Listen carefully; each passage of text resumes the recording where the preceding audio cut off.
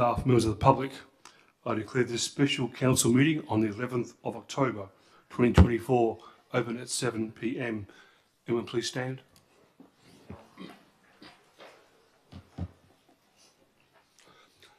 I also acknowledge the traditional owners of the land, the Gadigal people of the land that we're meeting on tonight, and recognise their strength, resilience, and pay my respects to their elders past, present and emerging. Thank you.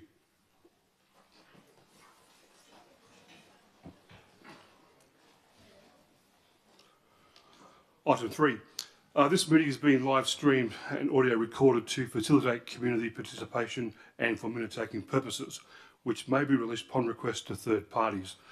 In accordance with Clause 616 of Town Standing Orders, Local Law 2014, members of the public are not permitted to use any visual or audio electronic device or instrument to record the proceeding of any meeting unless that person has been given permission by the presiding member to do so. Members of the public also reminded that in accordance with 617-4 Standing Orders, mobile phones must be switched off and not be used during the meeting. 4.1 attendance. I note that Councillor Bennett and Councillor Turner are apologies for tonight's this evening. All the other councillors are present and listed under 3.1 of the minutes. 5.2 attendance by telephone communications. There is nil. 6.3 apologies. Councillor Bennett and Councillor Turner are apologies for tonight. 3.3? Oh, 3.2.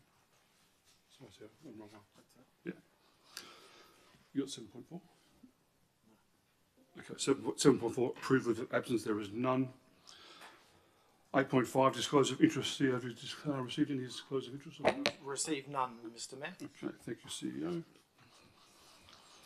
Item number 4, public time. Ladies and gentlemen, this is an opportunity for members of the public to ask questions and make statements to council. As this is a special council meeting, questions and statements must relate to the purpose of this meeting. Clause 67-3 of Standing Orders, Local Law requires members of the public wishing to ask questions to complete the question form and place the completed form in the tray provided.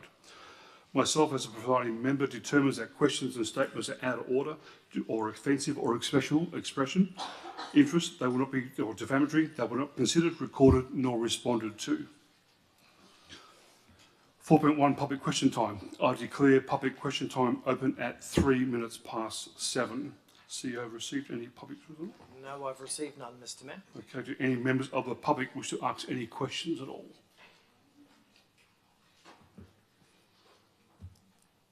Okay, I will sorry, Julie. Please come forward, state your name and address for the record, please. Thank you. Good evening, my name is Gillian Fisher and I reside at 3 Mitchie Crescent. I'd just like to ask some quick questions of the councillors. I just want to make sure that everyone has read all the attachments that were issued to everybody and have a very solid understanding for tonight's debate. Yeah. That'll come up in item number 7. That will come up. We'll ask a question. Thank you. Oh, okay. That was my only question. Okay, thank you. Do you have any more public questions at all? Yes, Roger, come forward, state your name, address. Thank you. Roger Higgins, 19 Edgar Street. My question is to the CEO. There was a significant meeting that we had down on the lawns which drew almost, I would say, in excess of 100 people. I think it was in around about April of 2021, and so my question is, CEO, whatever happened to the motion that was put by the people unanimously at that meeting with respect to COVID? And what role did you play in what happened to it? So there's 2 parts to the question. Mr. Mayor, the role was an elector's motion. It was brought to council and considered by council. So I gather from what you're saying it was considered by council and rejected by council, is that correct? Yes, that's my recollection. I need to go back and check the records, but that's my understanding. Well, thank you. Okay. Thank you, Roger. Do you have any more public questions at all? Okay. I will close public question time at 5 minutes past 7.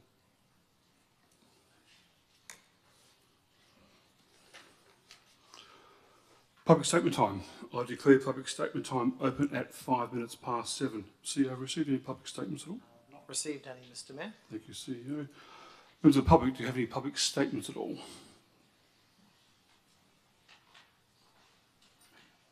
Okay, please come forward, state your name and address, please. Thank you, Johnny. Yeah, good day, John Ashenden, 11 Spoonbill Crescent, South Headland. I'd just like to start tonight that I received the sad news again today that one of my good friends back home has passed away. Got diagnosed 9 weeks ago with these new aggressive turbo cancer, bowel and liver, stage 4. Nothing wrong, 9 weeks ago, bang, passed. I just like to put this in context with what's happening tonight about what's going on. But anyway, I'll continue. Thank you for the opportunity to speak on this critical matter that affects not just our town, but every man, woman and child across this nation. 2 years ago, Port Hedland stood at the crossroads. We were presented with an opportunity to act, to take a stand and to raise our voices in defence of our community's health and safety. Unanimously, we supported the motions brought forward at the time, but as history now reflects, those motions were tragically revoked. We had a chance to make our mark then, to create a ripple that could have reverberated around the country, but instead we faltered. Today, we are here again, standing at yet another crossroads, but this time we are armed with something irrefutable, scientific evidence. A letter signed by Russell Broadbent MP has been sent to the Prime Minister and all other ministers that lays out a disturbing and undeniable truth. The COVID-19 vaccines, specifically those produced by Pfizer and Moderna, contain significant levels of synthetic DNA contamination, up to 145 times the safety limits set by our own Therapeutic Goods Administration, the TGA. This isn't just a case of regulatory oversight, it is a potential disaster of unprecedented scale, with long-term consequences that we are only beginning to understand. We are talking about DNA that has the potential to integrate into the human genome, leading to severe health complications such as cancers, immune disorders, and possibly even genetic alterations passed on to future generations.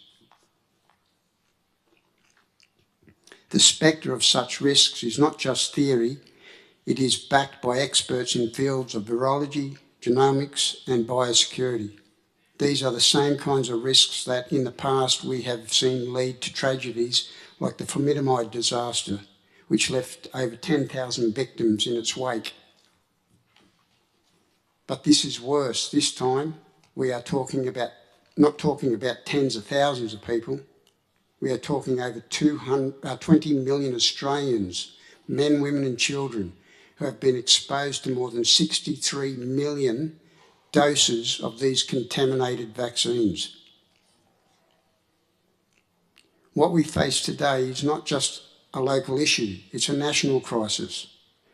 We cannot afford to sit idly by while lives are potentially at risk. As a town, as a community, we have a responsibility, a moral obligation to inform our residents of the dangers and to take a stand where others may be too afraid to do so. Port Hedland is already recognised as the economic powerhouse of Australia.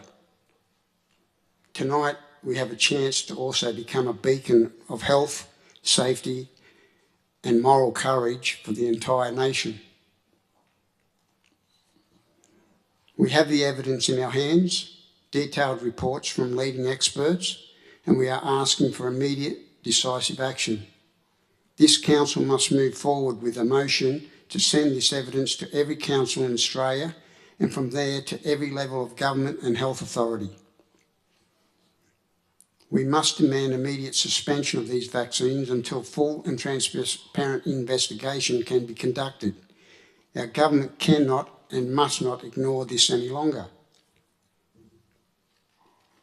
To the councillors who sit before me, I say this: you have the power to make a difference tonight.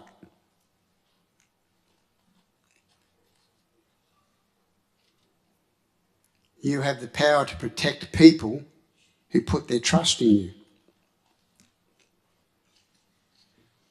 The truth is now clear, and inaction will be unforgivable. Do not let this opportunity slip through your hands again. We have been given another chance to do what is right, to stand on the side of truth and the well-being of our community. Let history show that when faced with this choice, we chose to act firmly, decisively, and in the best interest of our people. The residents of Port Hedland, and indeed all Australians, are watching us. Let us not blow this chance. Thank you. Thank you.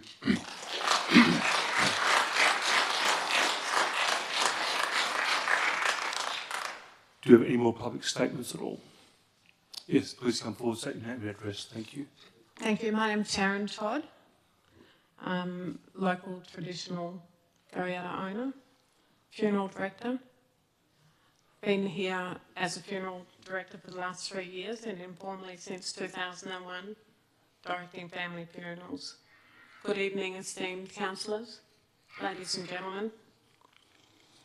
I'm also a property owner here in Port Hedland for the past 20 years. I stand before you today to address a deeply concerning issue that's been affecting our community: the untimely deaths of Aboriginal people, which have seen an alarming increase since the introduction of the COVID-19 vaccines.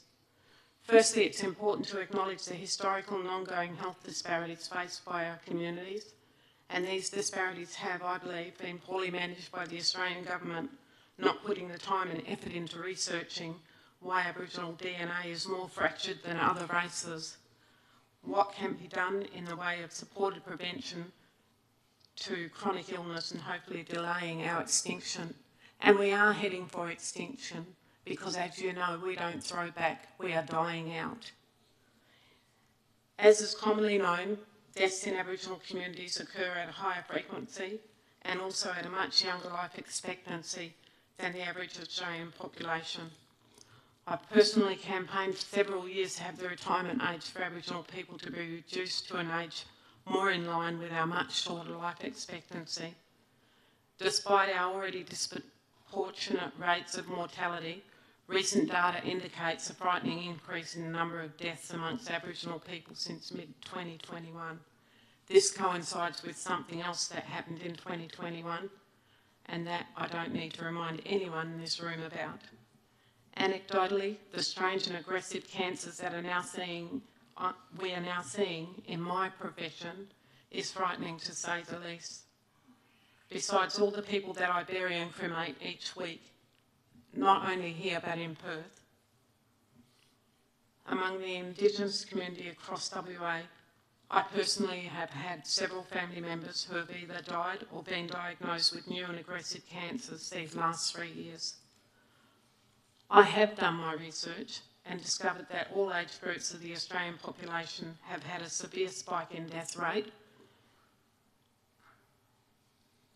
conservative at 18%, but I believe that it's up to 25%, above the usual death rate in the country beginning in early 2021. This is despite no excess death across the country during the height of the pandemic in 2020. It's crucial to understand that vaccines, while essential in combating preventable diseases, in this case highlighted and in some cases intensified existing vulnerabilities within our Aboriginal communities. The lack of culturally appropriate health services, poor communication, and the knee-jerk reaction to the pandemic response has now led to vaccine hesitancy and mistrust of health departments, further complicating efforts to protect these communities. We must also consider the psychological and social impact of the pandemic, the loss of community elders and leaders, has profoundly affected the cultural and social fabric of the Aboriginal communities, people in my generation. These losses are not just individual tragedies, but collective ones that affect the entire community's well-being and resilience. In light of these issues, and in particular, the enormous number of deaths that we are now seeing, I urge the Council to take immediate and comprehensive action by writing to the federal and state health ministers and demanding that they give more accountability and more open and honest research in all these health and pandemic responses. In conclusion, the untimely and excessive deaths of Aboriginal people are a stark reminder of the urgent need for equity and transparency in healthcare. It is our collective responsibility to ensure that no community is left behind in our efforts to combat the pandemic and its aftermath. Let us work together to create a future where all members of our community have the opportunity to live healthy, fulfilling lives. Thank you.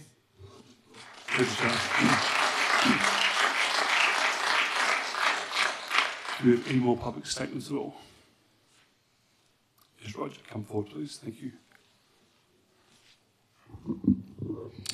Roger Higgins, 19 Edgar Street. For those who don't know me, I'm a dentist here in practice. When you do dentistry, you commit yourself to do 5 years of university. Medicine is 6. Many of the subjects overlap. So understandings of things like pathological processes and microbiology are common. The Western Australian Public Health Act is dated 2016. Around about the time that COVID started to become apparent in this country, that was early 2020, some amendments were made to the Western Australian Public Health Act of 2016 during this period. One of the first amendments was on the 9th of April 2020, when, I quote, a pharmacist, and I'm paraphrasing a little bit of this, is able to supply a Schedule 4 poison or a Schedule 8 poison upon receiving a digital image or a copy of a prescription for that poison subject to directions of paragraph 2 without me going into that. So this is a direction under the Public Health Act to pharmacists as to what they should do when they get a prescription for this product. Then in March of 2021, another alteration was made to this Western Australian Public Health Act. It was headed an instrument of authorisation to supply or administer a poison, in brackets, SARS-CoV-2 and 9 vaccine, and related to the Australian Defence Force, number 2, for 2021. The authorisation for this, which passed Parliament, was none other than the Chief Health Officer in Western Australia under Section 197 and Section 198 of the same Public Health Act of 2016 to which I referred to earlier. So that was on the 10th of March 21. Worse than that was what happened on the 19th of July 21, where again the same Public Health Act of 2016 provided an instrument of authorisation for the supply or administration of a poison, that is SARS-CoV-2/COVID-19 vaccine, COVID vaccinations, and in this instance it's specific to children and adolescents in the health service. The authorisation by the Chief Health Officer under Section 197 and 198 of the Public Health Act 2016 was to enable assistants who were who were employed as nurses within the Child and Adolescent Health Service to supply and administer COVID-19 vaccine.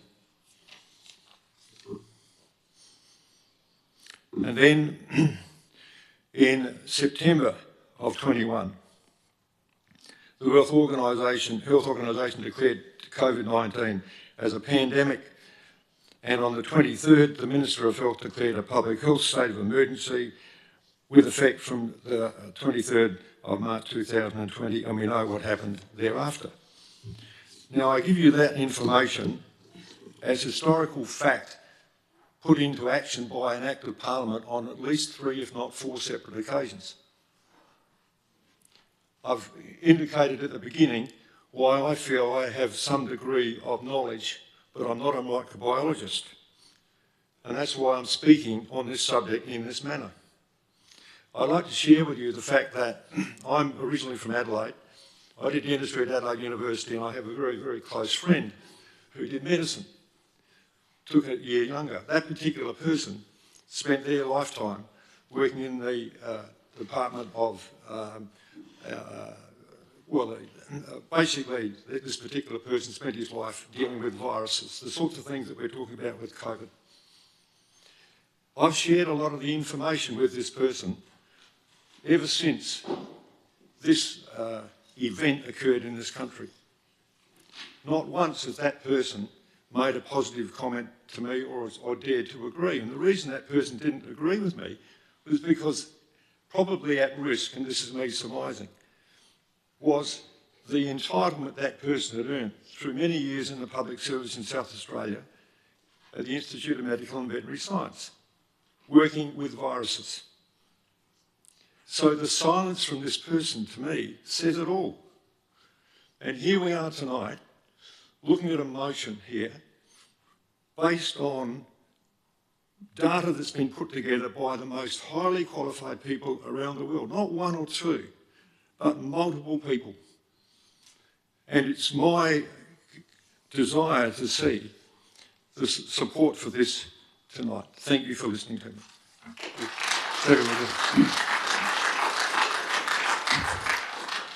Do you have any more public statements at all? Yes, Marion, come forward. Thank you.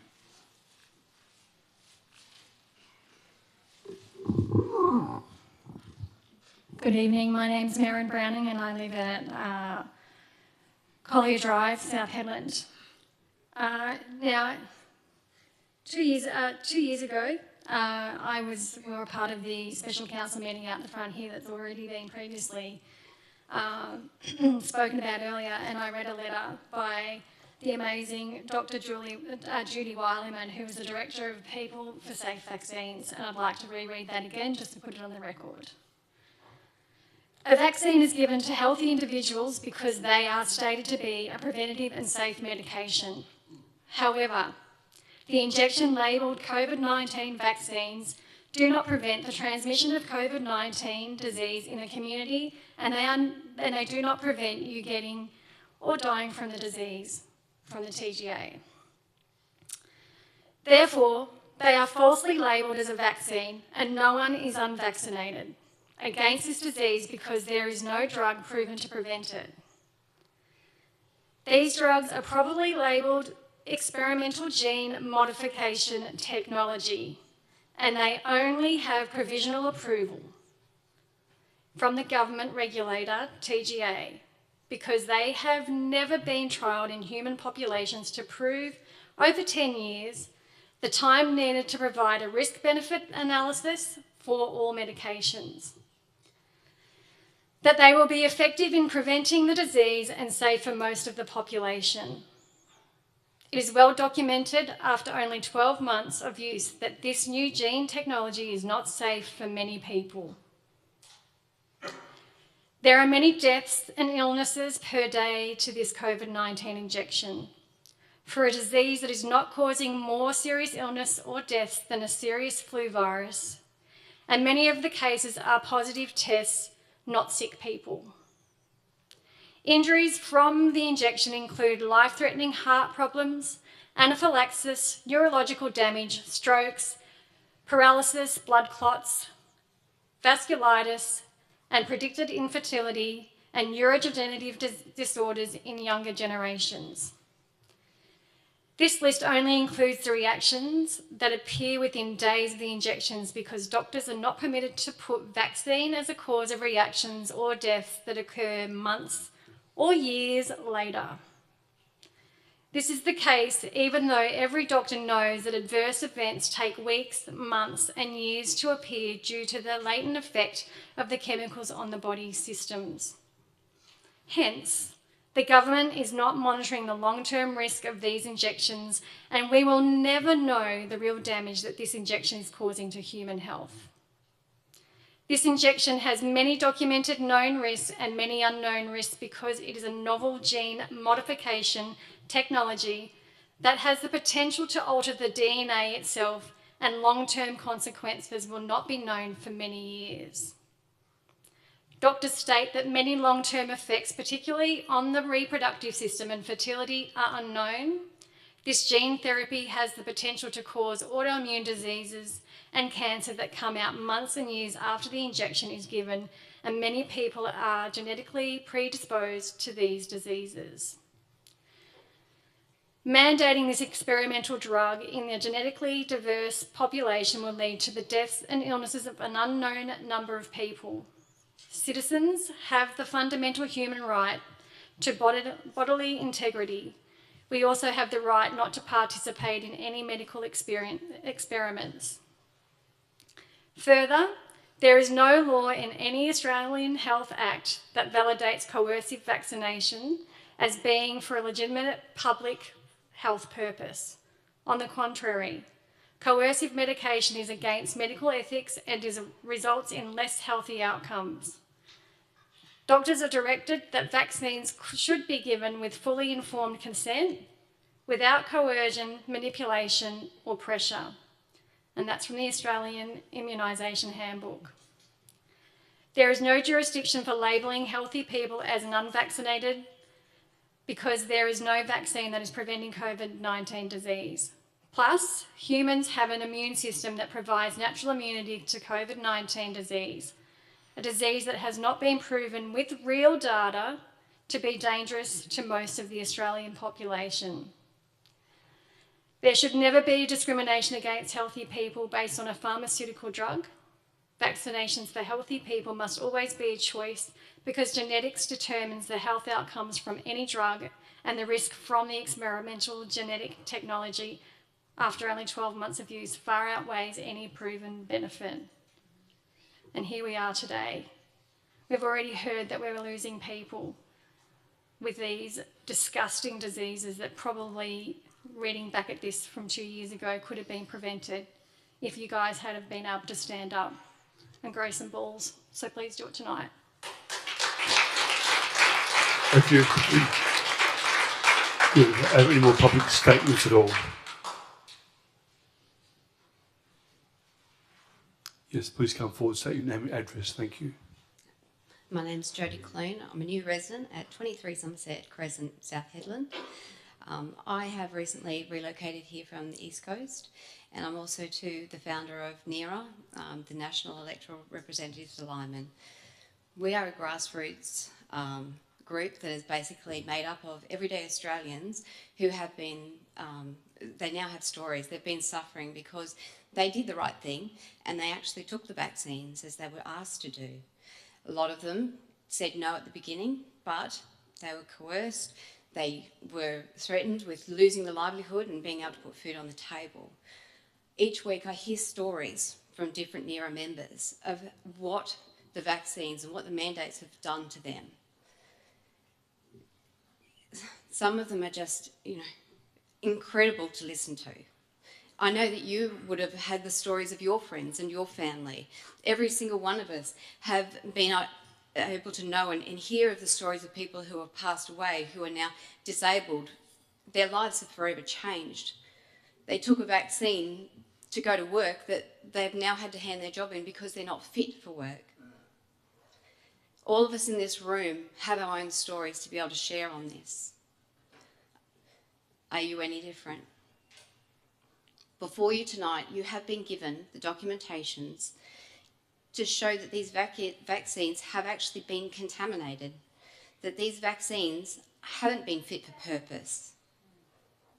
Who knew about it? Why is the PM not doing anything about this? These are questions that we're asking as a nation, as a people, and we require answers.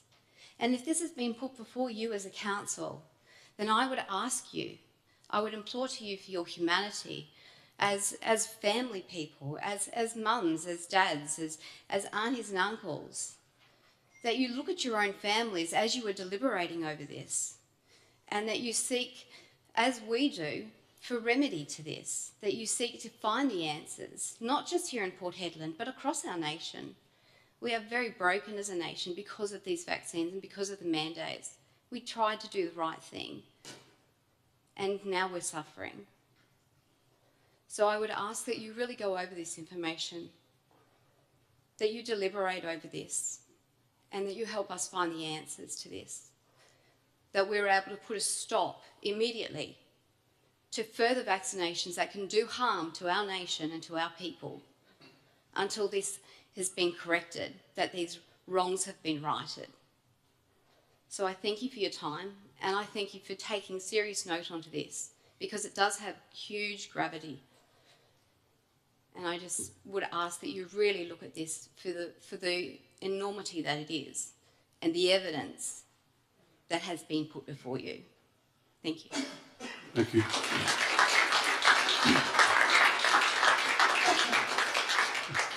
Do you have any more public statements at all? Yes. Please come forward, say your name and address. Thank you.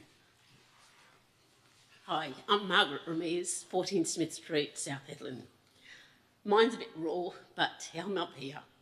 So my partner passed away 24th of July, cancer. So it's what everyone said is right. I never thought I'd be at that day putting him in the hole. But on the 5th of May, he was diagnosed with stage 4 cancer. By the 24th of July, we're burying him. And he took 2 COVID needles because of work, and we don't have him here anymore. And there's a lot more Aboriginal people that we've had and other people that we've seen, but there's even old fellas' sons. We've got so many people that we're burying, and Sharon can't keep up with it. It's a reality, it's true. When I was down in hospital with him and the cancer patient, I never seen so many old people and young ones in there in the cancer patient and hooked up to machines. And they all, when I spoke to them, all said when they took the needle, they became with their cancer. So thank you for listening, but yeah, we need to do something about it. Thank you. Do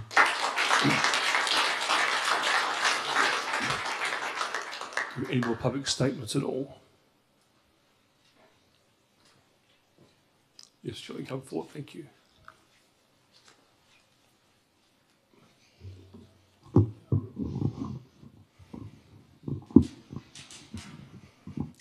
Hello, my name is Gillian Fisher. I reside at 3 Minchy Crescent in South Hedland. And I'd just like to hand forward some information which really reflects what the stories that we've heard so far tonight. And I also will outline my story as well. We were all part, all our losses of our family members and whatever else. Yeah, we've all become part of this excess deaths issue.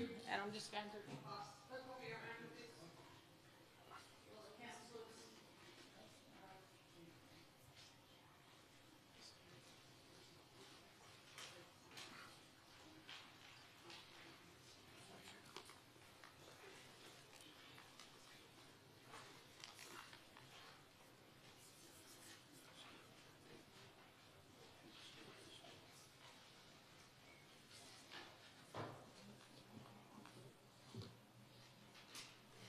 I lost my sister just before Christmas last year.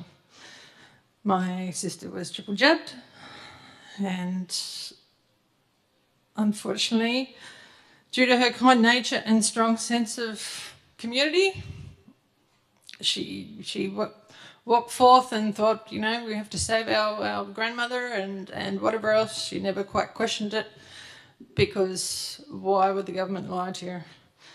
If she had had the information that's in the doctor's speaker's report showing that the level of DNA contamination in the Pfizer and Moderna vaccines were 145 up to 145 times the level that Australia's own Therapeutic Goods Administration, if she had known this, there'd be no way that she would have taken it. And this is not just her story, this is the story of a lot of, well, just about everybody across Australia.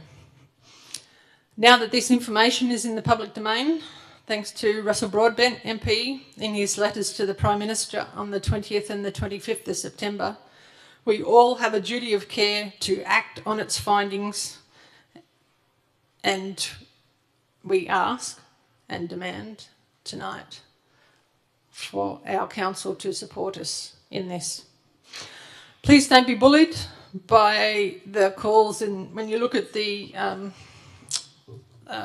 agenda and the officer's recommendation and what the administration thinks is going to happen to on page 10 and 11, where they think that we're going to suffer reputational and financial catastrophic losses.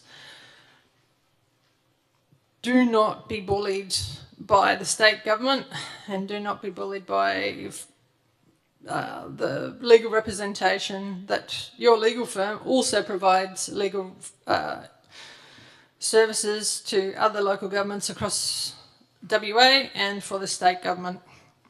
I dispute that the council admin's calls that if this motion is passed, that the town of Port Hedland will suffer catastrophic reputational damage.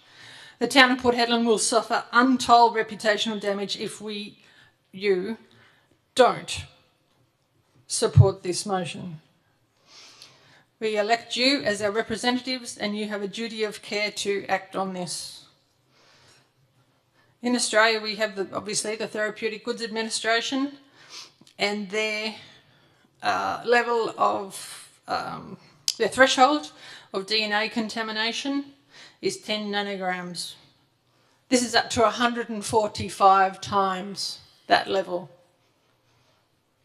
This is no laughing matter. You can talk about the CDC. When you look up the CDC, which is the American version, they also have that same ruling of 10 nanograms. So anywhere you look, this is just incredible that this has come to light, and we need to act on this now. Just to finish off, I'd just like to thank everybody in our audience for coming. I think it's awesome to see the roll-up we've got tonight. And I'd also just like to ask the audience, just for a quick show of hands, put your hand up if you are injured yourself, have relatives that have died, friends, whatever, from these vaccinations. We just want to show our council members tonight how much our community has been affected by this.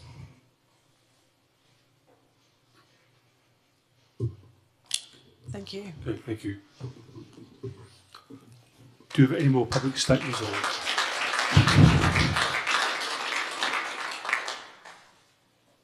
Yes, come forward, say your name and address. Thank you.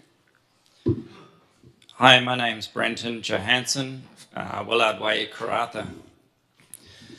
I made the drive up to Hedland tonight to be a part of this community. I've been involved with this community before. We work in this town a lot. My dad lives up here. It's great to see such a huge representation from your local community. I'd love to see this at my local council. It really shows you've got a lot of people in your community that are concerned, and they're here to voice their opinions. They're the ones here that have made the effort to come. Now, everyone's got a story, everyone's got someone they're connected to, related from a COVID injury. I'm not going to go into stories, I'm going to give you straight facts. The COVID vaccine injury scheme has paid out over $31 million to date. That scheme closed on the 1st of September. So I ask you, if the scheme is now closed and no one can receive compensation anymore, why is the vaccine still available to people? When you know that over $31 million has been paid out to people that have been adversely reacted from this vaccine. So you know it's done wrong. People have received compensation, and those people, to try and get a claim is near fucking impossible. It is near impossible to try and get a claim because no one wants to admit fucking fault. No one wants to admit guilt to this because the payout will go way above $31 million. And that's why they ended it as of the 1st of September this year. Thank you for your time. Thank you.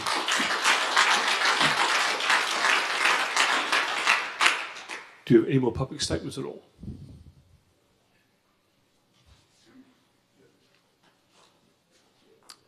Sorry, come forward, say your name and address, thank you. Hi everyone, I'm Lee Gibbs and I reside in South Headland. Thank you all for being here tonight. Can I please ask for a show of hands from councillors and the Mayor if you would agree with the statement that the truth matters?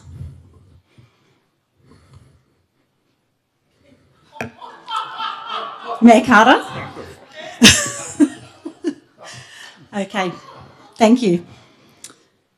Now can I please ask you to raise your hand if you agree that when it comes to the health of Australian men, women and children, the truth should be buried and hidden away if there is a potential economic loss?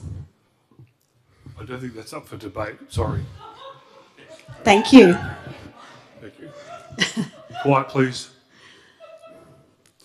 Okay, the acceptable TGA, I'm repeating what Gillian said, but the acceptable TGA limit for synthetic DNA contamination in COVID vaccines is 10, remember that, 10 nanograms per dose.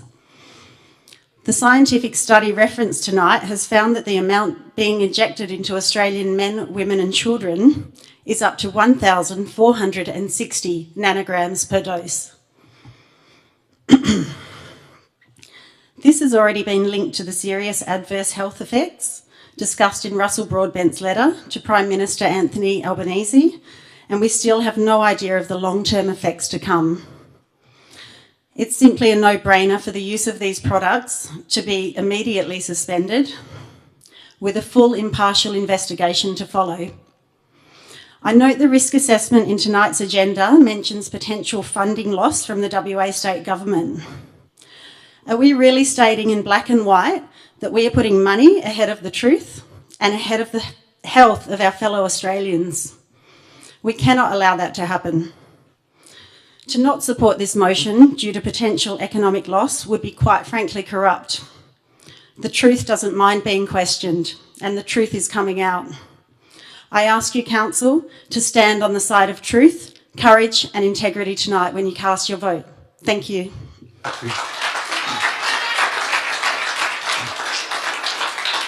Do you have any more public statements at all? Yes, please come forward, state your name and address, thank you. Good evening, everybody. I'm Wally Galley, just a local guy in town. I'm a tradie by profession, so I think like a tradie. I've got 3 simple questions. Have any of you guys actually seen the virus under a microscope or photos or videos, or does this coronavirus exist? That's number 1. Number 2, not a personal dig at anybody. Where is the MSDS sheet? When I was told I had a choice, I have to get jabbed or I've got to quit my job, I asked the guy, what are they going to put in me? Where's the MSDS sheet? I'm not allowed to drive a vehicle onto a BHP site with a can of fly spray or CRC or paint thinners or whatever without a MSDS sheet. Now they want to put poison in me. And then I'll ask you guys personally, right now, who is the Health Minister of Western Australia? Any of you know? We're in public statement time, not question time, thank you. So you don't know? We're in public statement time, thank you. Reasonable question. Public statement time. Who is the Health Minister of Western Australia? Is that your statement? Is that your statement? Thank you. It's a statement, thank you. Thank you. So that's how... You've had your 3, thank you. Thank you, No, sit down. So that's Thank you. close the door? Thank you, it's statement time, thank you. You've had a chance, thank you. Do you have any other more public statements at all? Yes, please come forward, state your name and address, thank you.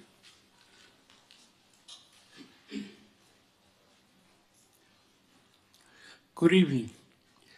I'm Philip from Nyangamura country, this Kariyara country. But I want to share with you that McGowan came up here and he brought some Aboriginal people, Marurang, to come and speak to us about this COVID virus. And I've asked Gowan in the blue tank in South Hedland, I said, you tell me the truth.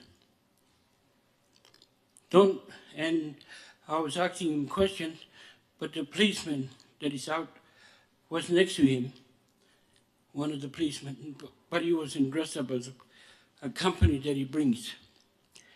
And he said, trying to speak up for McGowan. And I said, I'm not talking to you. I'm talking to him, man to man, face to face. And I said, is there, what do you call him? What that word now? I forget. Come this way. You want it. What I will say now? Is there any? Oh, yeah. I said, right? Yeah, I asked him, is there any cure? You be honest with us. Tell the truth. And why this COVID is still going on? And people like Marisol say, the government people that sit here are still letting it go. Through the clinics, we said, why the clinic is still running like that? We seen our family pass away in those things because I brought that old fellow with me to speak up in that meeting. To me, we was used as animals. When you got a sheep in the yard, that's how we are being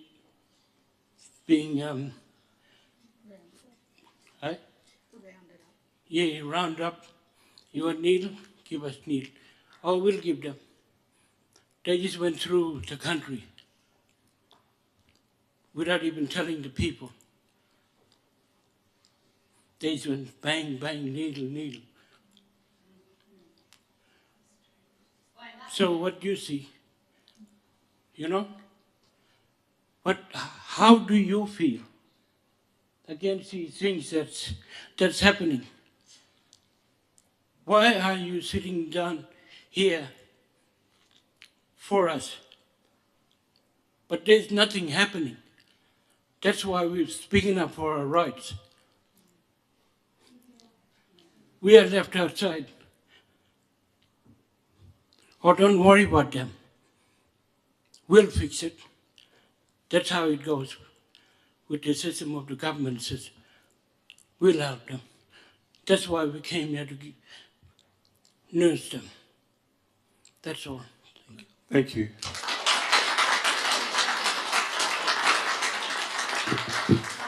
Yes. My name's Donna, and I live in South Ellinet. Yes. In Auckland Street. Now, this is my husband. He's been up and down to Perth for medical reasons. He's been through dialysis. He's had a transplant. He's had an open heart surgery. And he had a tumour. Now, with all of this, without that needle, he wouldn't be here. He had a tumour, he had that radiation back in July. He's in remission now. If he would have had that needle, he'd have been gone. Thank you. Thank you. Do you have any more public statements at all?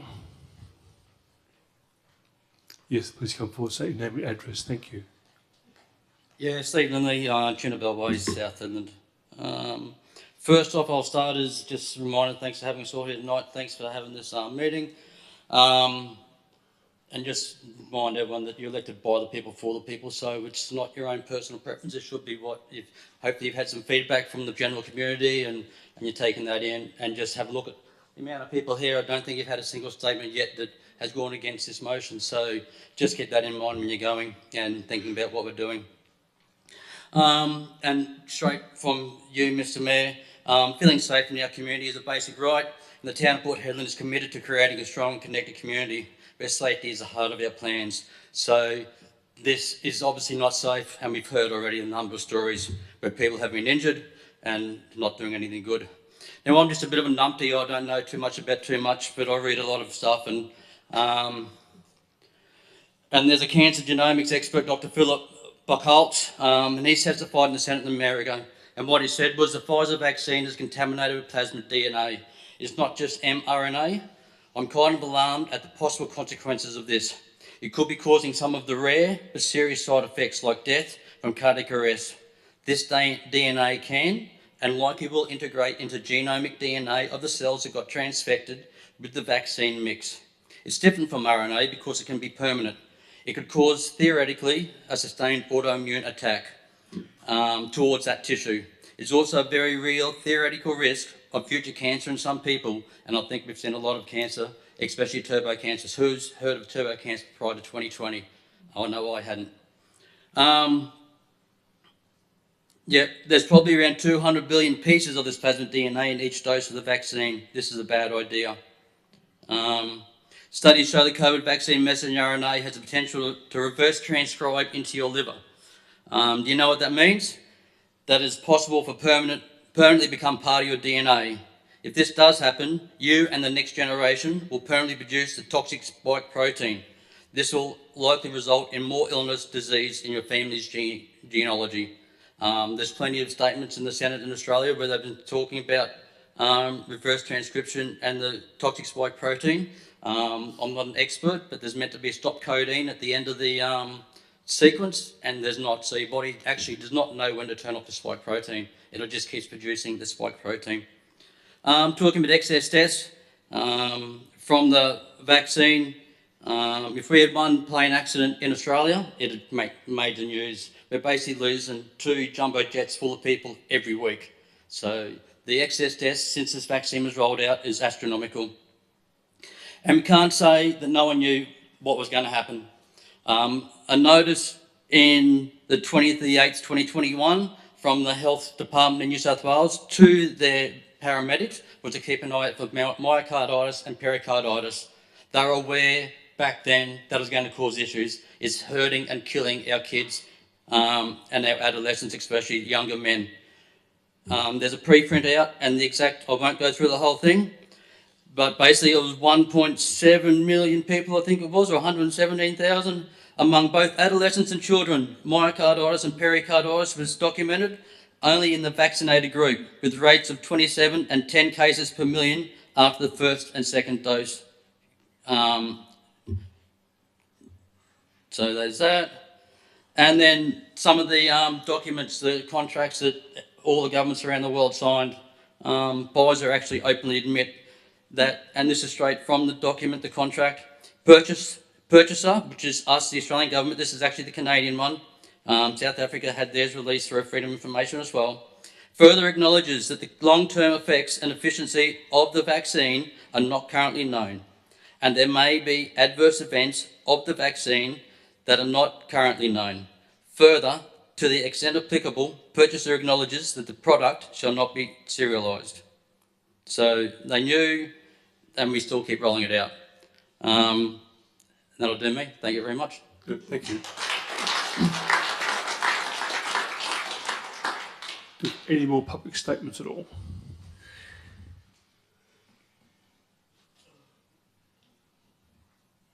No. Okay, I will close public statement time at 7:54 p.m. Item number 4.3, petition, interpretation and submissions. Councillor McRae has additional information for council to be aware of tonight for council consideration. I've asked Councillor McRae to move a procedural motion to go behind closed doors. Councillor McRae will suspend standing orders under 9.8 and 9.9 to be able to consider this motion. So Councillor McRae, I believe you're going to move that motion, is that correct? Okay. Can I get a seconder, please? Mr Mayor, yes. Before we do that, can you just explain that a little bit better? Yes. Why are we doing that exactly? What we're doing is Councillor McRae has a video that he wants to show councillors before they make a decision on tonight's agenda. Okay, thank you. Thank you. Okay, can I have a seconder, please? We go behind closed doors. Thank you, Councillor Butson, thank you. Is there anyone against that motion? Much better. Okay, audience, I've got to ask you to leave the gallery till we watch a video that Councillor McRae has brought to us late tonight to have a look at that video. I don't want to show it publicly because of ramifications, just to make sure it was safe. So if you please just leave the room while we watch this video. I believe it's about a 10-15 minute video, so thank you very much.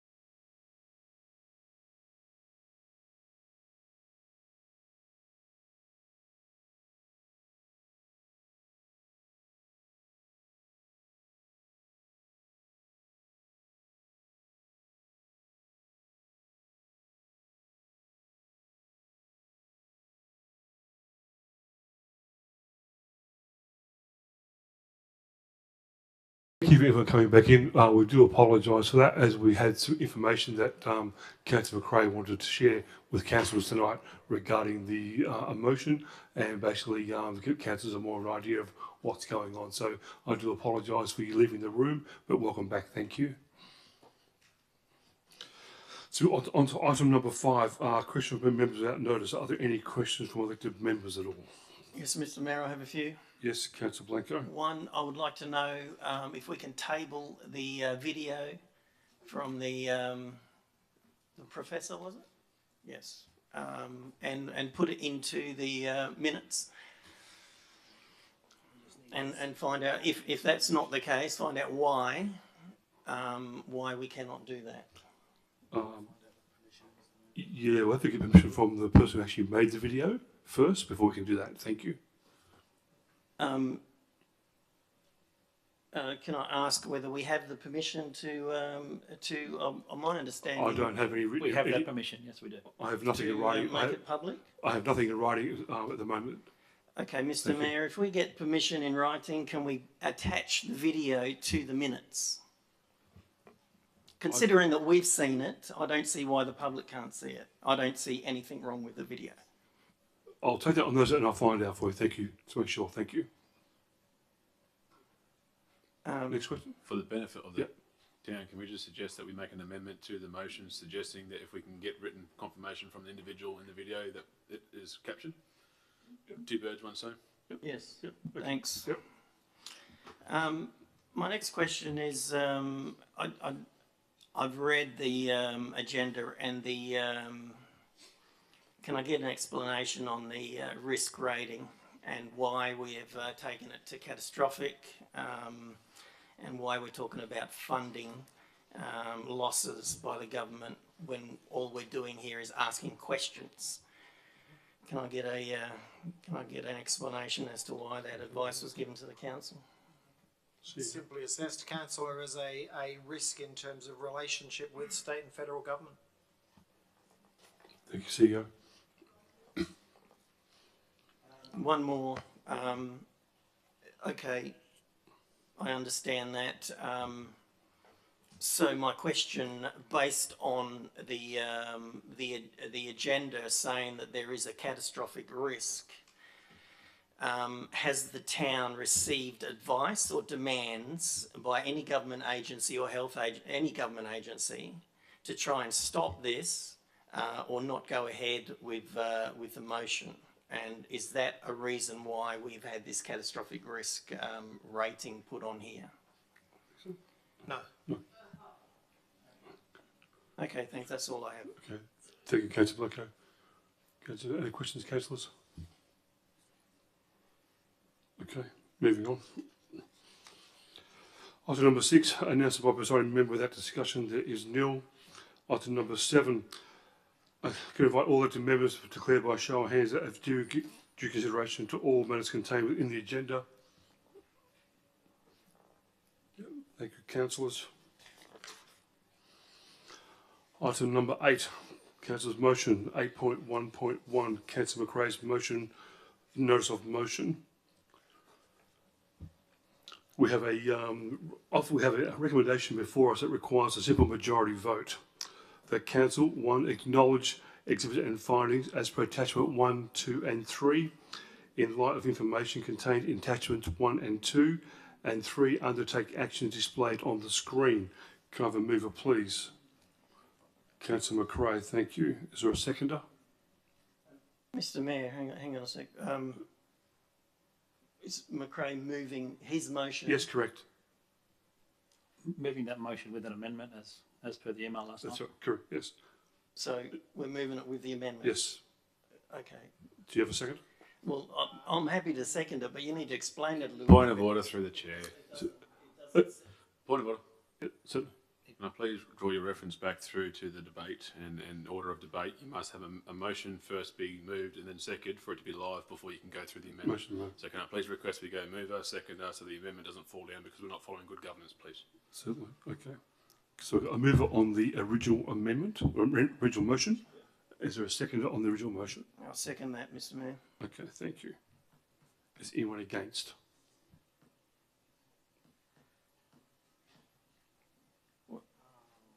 What?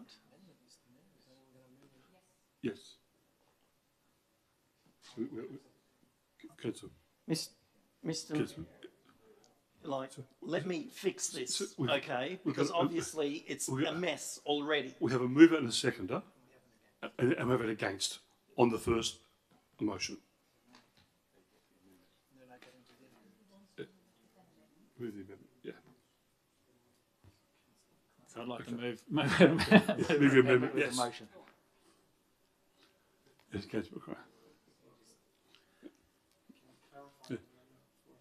Yeah, Tom, have you got the amendment? Amendment there?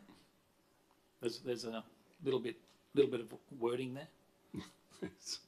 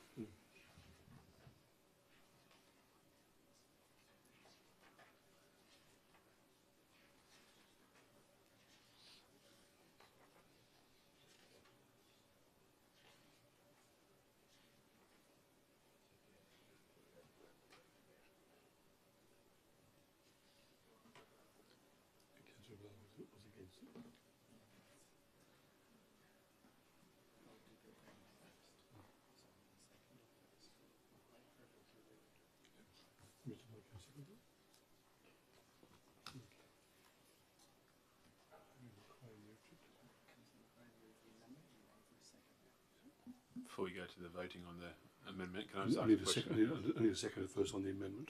No, but I want to question the amendment, whether I can vote for or against it. So I'm just asking, so is that going to, where it says point 1, is that just going to be added to the existing motion? If so, will it be going? That's correct. So we'll just go in after G? Say again? So on the original one, you go down to G, so I'm assuming that after G, you'll just insert the 1 and then as it reads, correct?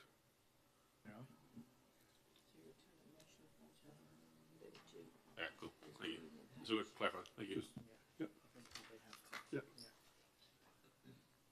There's G and H.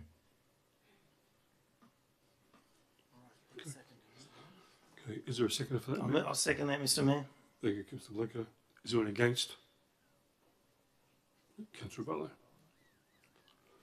Okay, Councillor McRae. The talk to the amendment.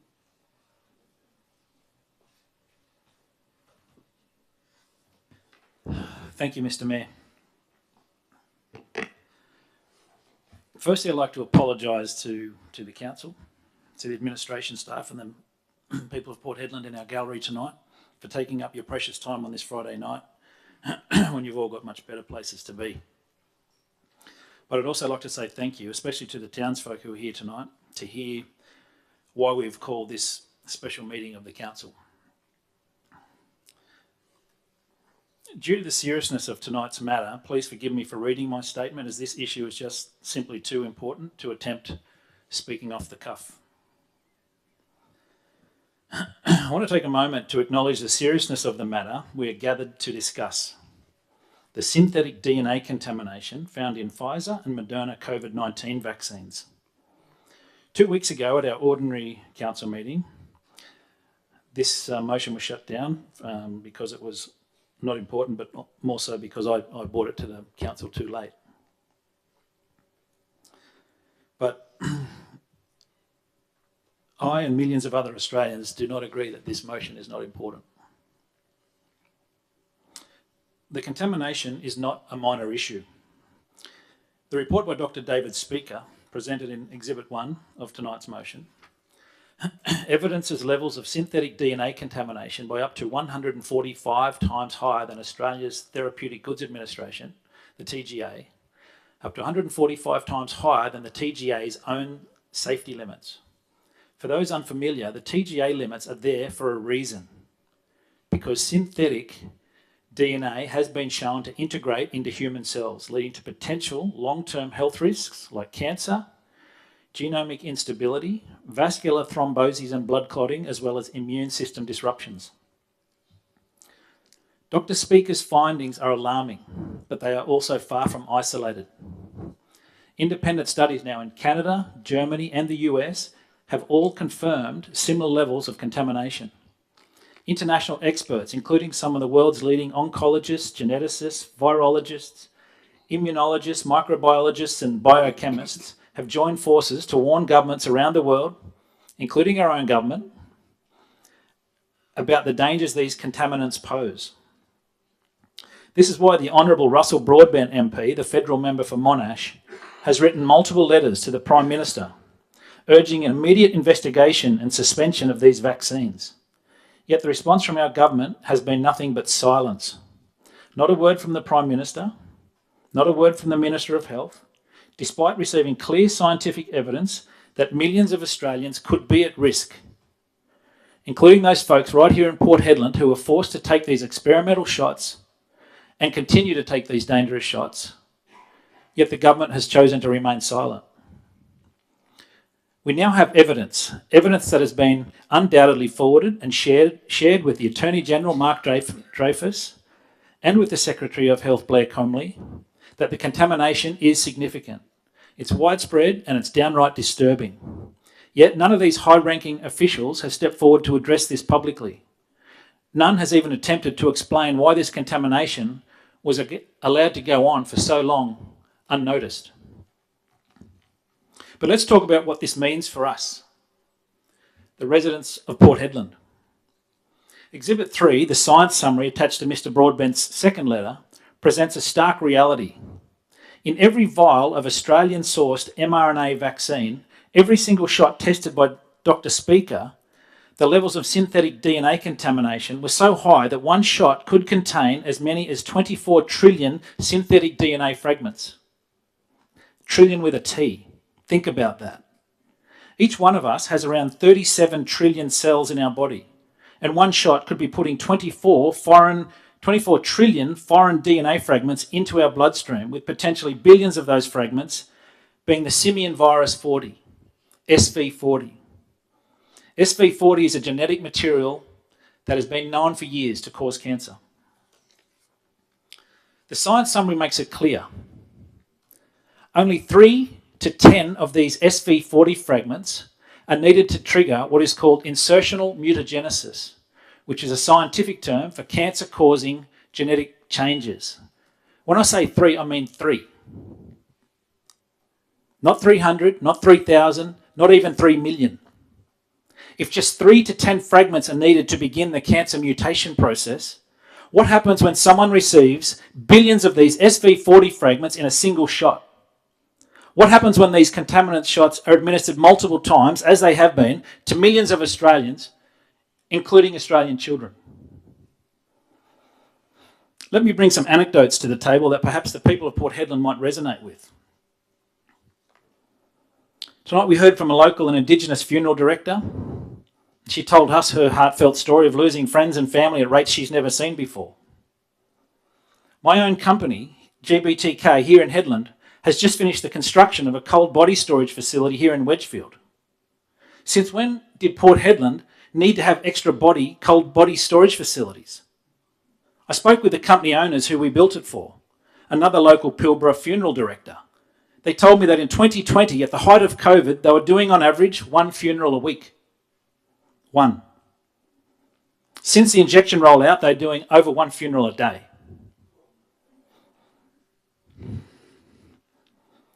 It's almost a 7-fold increase. It's frightening. And everyone in our government wants to tiptoe around the big fat elephant that sits right in the middle of the room. And we now have evidence of that elephant.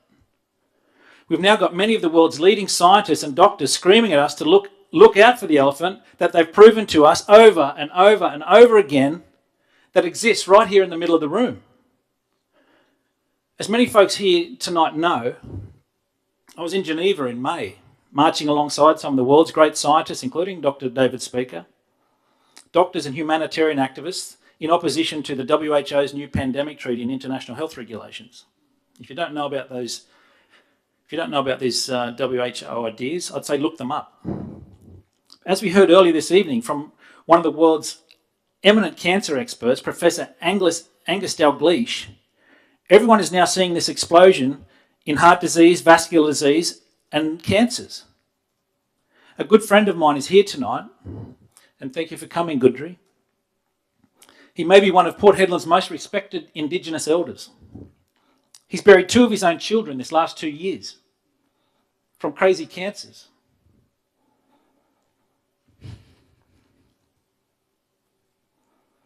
A prominent Canadian doctor told me that in his 40 years of practice, more than 90% of his patients' cancer diagnoses would be discovered as stage 1 cancers. Since the jab rollout, over 70% of all cancer diagnoses in his large clinic are being detected when the cancers are already metastasised to stage 4 cancers. And there are advanced and aggressive cancers that simply do not respond to conventional treatments.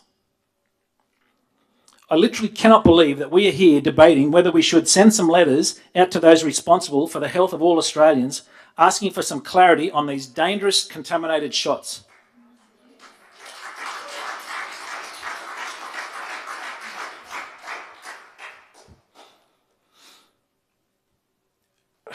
Any councillor who votes against these letters, I genuinely hope you can look yourself in the mirror next time you hear of one of your network, friends or family gets diagnosed with another aggressive cancer, and you had the chance to do something and you didn't. And the thing you had to do was send a letter. Really? A letter. Our ethical responsibility here tonight is clear. The evidence provided to us shows that the residents of Port Hedland, our neighbouring communities, and indeed Australians across the country may have been exposed to something that has put their health in grave danger. The Commonwealth Government may be paralysed by concerns about this mind-boggling legal liability, but we cannot afford to wait for them to act. We here, as elected leaders, have a moral and ethical obligation to ensure that every person in this town of Port Hedland and every person who passes through our borders, including the thousands of FIFO families from every corner of Australia who come to Port Hedland and look to our community for their well-being and financial security, is informed of this contamination. It's for this reason that I move the motion before us tonight. We must inform all registered health practitioners in our district of these findings so they can warn their patients. We must communicate this information to all other local government councils because we share a collective responsibility across this vast land to protect each other. We must demand answers from the Commonwealth Government and insist that they take immediate action to suspend these products until the full extent of the contamination can be determined. And let me emphasise another critical point. It's a side note, but this contamination is not just a health issue. It's a national security issue. This contamination could well affect members of the Australian Defence Forces, impairing their health and in turn undermining the nation's ability to defend itself. This is not something that can be ignored. The Governor-General, as Commander-in-Chief, if not already, must be made aware of these risks, but so far there's been no action. It sadly now falls on us here in Hedland to raise the alarm, to protect our community and to protect the people who defend this country's national interests. I feel sick that it comes down to us here, mere local government councillors being the only ones brave enough to ask questions of our bureaucratic health regulators. But here we are. We simply cannot sit idle while this contamination threatens the health and lives of our families, our friends and our neighbours. This is a crisis, and elected representatives of Port Hedland, and as elected representatives of Port Hedland, we must take the first step in ensuring that this issue is addressed head on. I urge all of you on this council to support this motion tonight to protect the people of this district and beyond. We cannot afford to delay. We must inform, we must investigate, and we must protect those who may be at risk. Let us send a clear message to Canberra. Port Hedland will not wait for others to act when there are lives at stake. Thank you. Thank you. Councillor Blanco.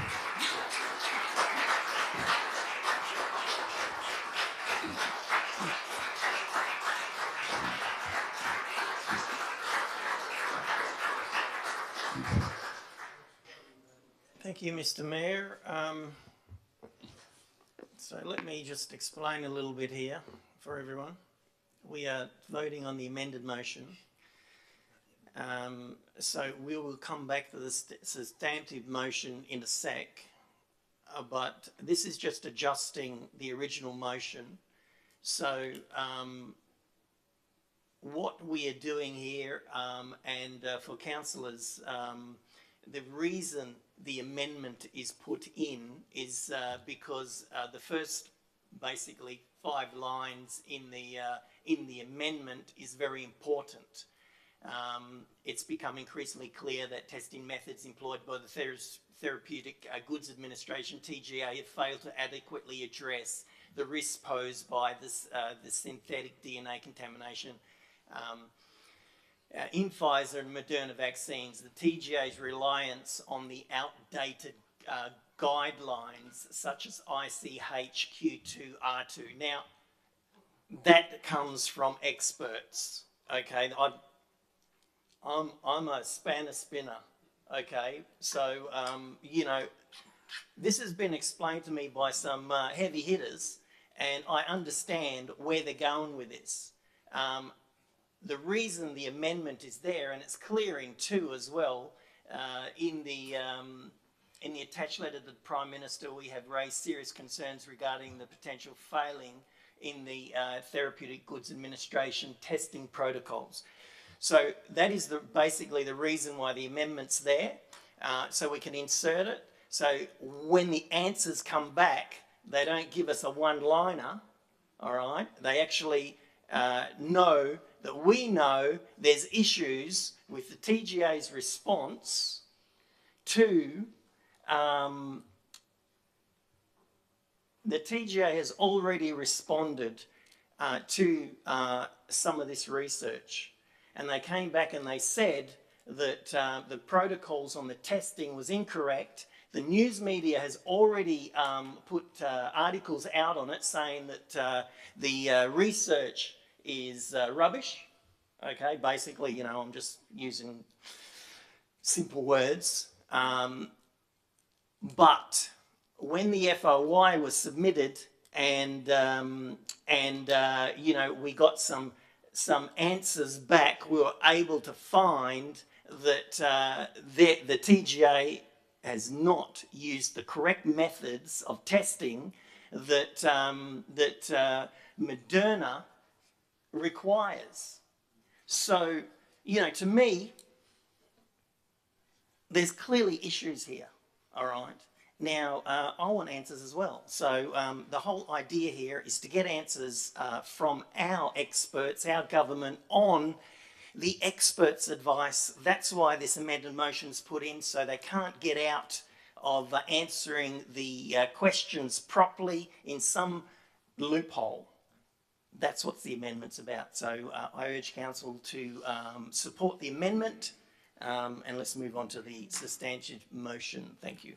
Okay, thank you, Councillor Blanco. Is anyone against? Councillor Bello.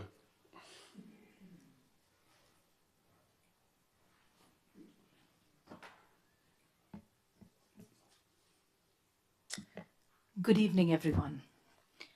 Good evening, Mr. Mayor, Deputy Mayor, fellow councillors, administration, my fellow Headland community present in the gallery tonight, and those listening in online. Let me start out by acknowledging the members of public who came in here tonight to have their say. And also let me acknowledge those listening in online who are not here but are looking up to our council, their local leaders, to be the voice of reason, to be the voice of whole reason that considers all sides. In Australia, we are governed by 3 levels of government, each having different responsibilities. As local government, our roles relate to roads, rates, rubbish, recreation, local town planning, and extend to housing, childcare. A debate on health issues pertaining to the evils of gene therapy and vaccine is not the business of council. I acknowledge that COVID was Quiet, please. an unprecedented pandemic of our times, and so governments around the world did what they could to manage the situation. Those were unprecedented times. The Therapeutic Goods Administration, that is the TGA, is regulated by the Department of Health. Public vaccination and health is a federal and state responsibility. The MP, Russell Broadbent, has brought this matter to the Prime Minister and to other high-ranking government officials. This information is available, all of this information is available publicly. This is a space, that is the space to address the matter and not here in council. We as a council are led by our strategic community plan, community consultations and surveys, and this matter has not been reflected in the priorities of our community as a whole. What is ironic, though, is that the co-signed councillors have all voted against motions brought forward by council, such as housing and childcare, which came as feedback through the strategic community plan, stating that these were state and federal government responsibilities, and yet we find ourselves here debating issues on health, resurrecting the ghosts of motions past containing vaccine mandates. Also, I would like to say, why are we calling this meeting in such a hurry with a 72 hours notice? And whilst it is within the rules, I find it opportunistic that because the timing is such that all of council are not present here tonight at such short notice. So we would never know the will of all of council, and that is important. Given the past, I also understand that this matter is of personal interest or a passion of Councillor McRae, who is now an elected member. And possibly he's taking council along on this controversial matter, and one that is not business of council. Is it to raise his personal profile in the lead to a federal election? Quiet, please. Quiet, please. Quiet. Quiet, please. I'll call a recess. Quiet. Quiet. The information provided is public. We as a council are no experts to interpret scientific data. I certainly am not. Nor are we a health regulatory authority to advise health practitioners and other local councils, nor are we a court of law. Given our roles and responsibilities as local government, this, for me, in my opinion, is not the business of council, and therefore I'm against this motion. Thank you for listening. Thank you.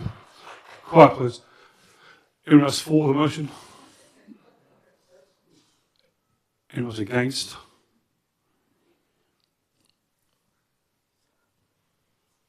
And I'll put it to the vote.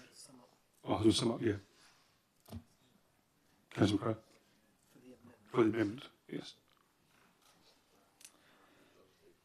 As Councillor Blanco mentioned, the amendments are specifically to. We've seen Senator Rennick in Canberra ask this question many times. Senator Babbitt has asked the question in Senate many times to the TGA, and they keep getting the same response that the CDC and the testing that the TGA is doing is all kosher, and these scientists that are coming out with this stuff are all crazy scientists and conspiracy theorists and God knows whatever else. But I've got here in my hand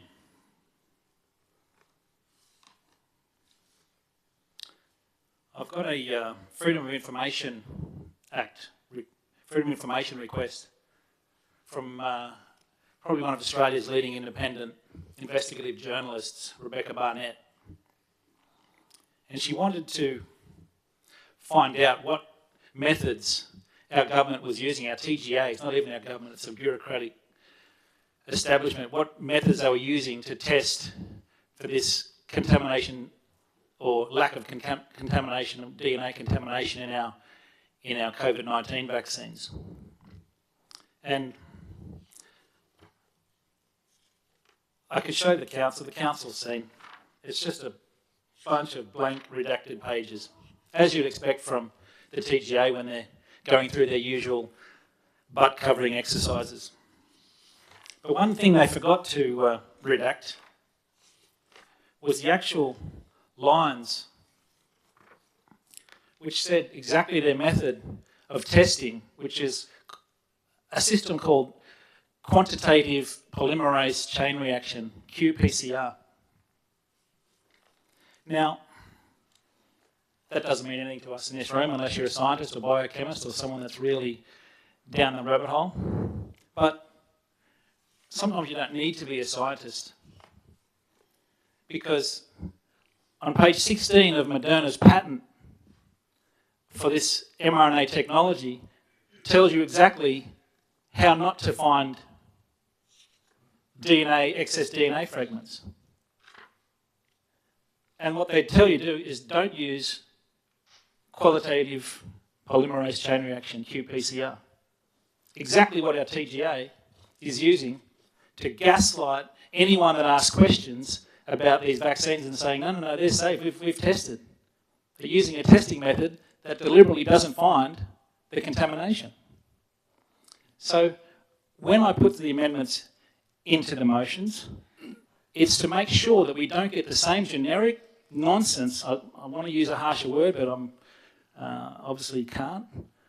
But we just don't want to get the same response. When we write letters to the health departments in Canberra and in Perth and wherever, we want genuine answers with, tell us, we know that the method you're using doesn't work because Moderna's own patents tell us it doesn't work.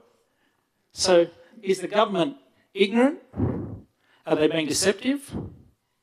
Are they lying? Is it all three? I don't know, but none of them are good outcomes. But it's one of them. So adding the extra wording to our motions tonight is simply, it just gets rid of any generic, they're safe and effective media catchphrases that they're going to reply, like they reply to Rennick in the Senate or Babbitt in the Senate or Malcolm Roberts in the Senate in Canberra. So as far as I know, it's that if we get our motions up, we will be the first government of any level in Australia that cuts out their ability to bullshit to us. And all we're asking, going back to it, we're just asking to write letters. I mean, Councillor Rebello just saying that this is for my political aspirations. I mean, I think I heard the reaction to know how ridiculous, and maybe she now understands how ridiculous it was. But the fact that she's happy to handball the health of the people of Hedland to Canberra and the TGA. I'm embarrassed for it. I can't imagine being in a situation where I wouldn't stick up for my people, my friends, my town, my community, and say, oh no, let someone else do it. That's just, I can't, my mind doesn't even work around that, so. Thank you, Councillor McRae. Okay, what is the vote? All those in favour of the amendment? Those against? Those against? Motion's carried. 5-2. Yep, 5-2. Yep. Through the chair. Yep. I don't want to draw this out any longer. I just remember that we haven't made the amendment that we asked for in relation to the video being released to the public. So with permission from the mover and the seconder, can I please, and sorry Tom, this is just coming down, but can we move another amendment to have that captured in this item, please? We can, Mr. Mayor, we can do that. Move of that. When we move Already moved and second already. Okay, right. Yeah. So I'm happy for that. You happy with that? Yeah. So just the wording, I don't know. Just to basically attach. Perhaps councillor seek permission from Professor Angus Dalgleish to make publicly available his video viewed by the Town of Port Hedland Council on the 11th of October. That sounds Yes. great. Thank you. Yeah. And then attached to the minutes. Or how do we? Or the council website. Okay, Yes. thanks.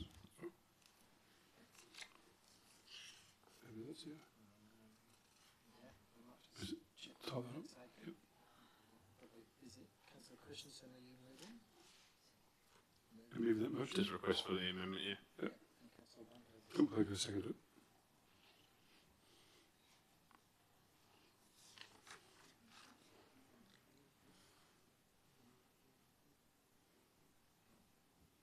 Where are we now? Just checking to make sure the record keepers have those words recorded, that's all, councillor. To seek permission from Professor Angus Dalgleish to make publicly available his video viewed by the Town of Port Hedland Council on the 11th of October and on the town website.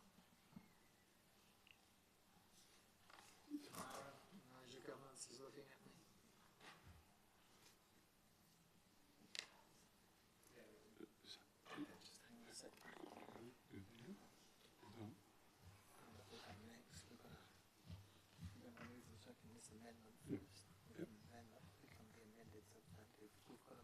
Second. Yeah. Yep.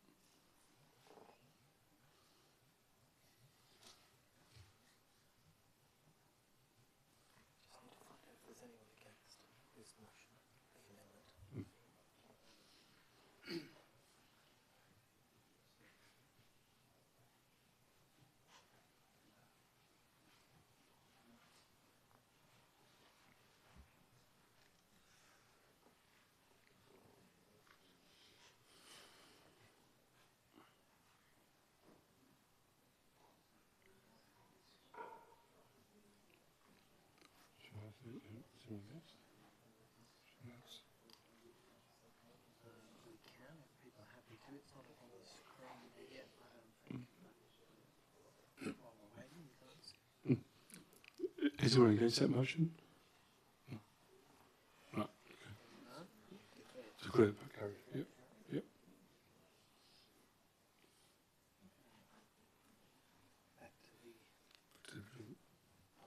Amended. Yep.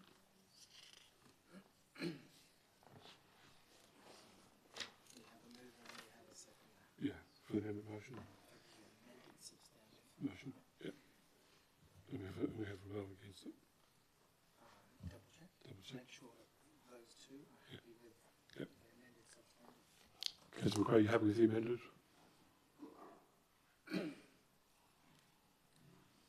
Yeah, of course, no problem. No problem.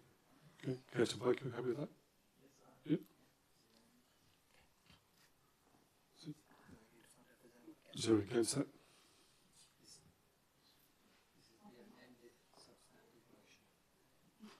The amended section motion.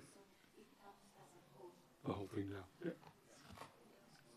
Okay. Good. Councillor Powell is against that motion. Okay, Councillor McRae, talk to the motion, please. Put down the substantive. Yes. Yeah.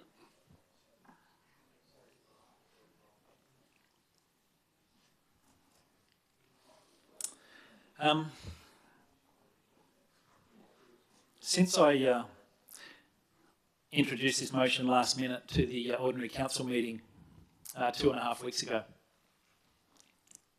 as expected, pro-Putin councillor, conspiracy theorist, looper, I've been called that many things in the media this last couple of weeks, but, or this last 6 months, I guess. But as always, they like to attack the person and they don't want to attack the ball. They attack the messenger rather than the message.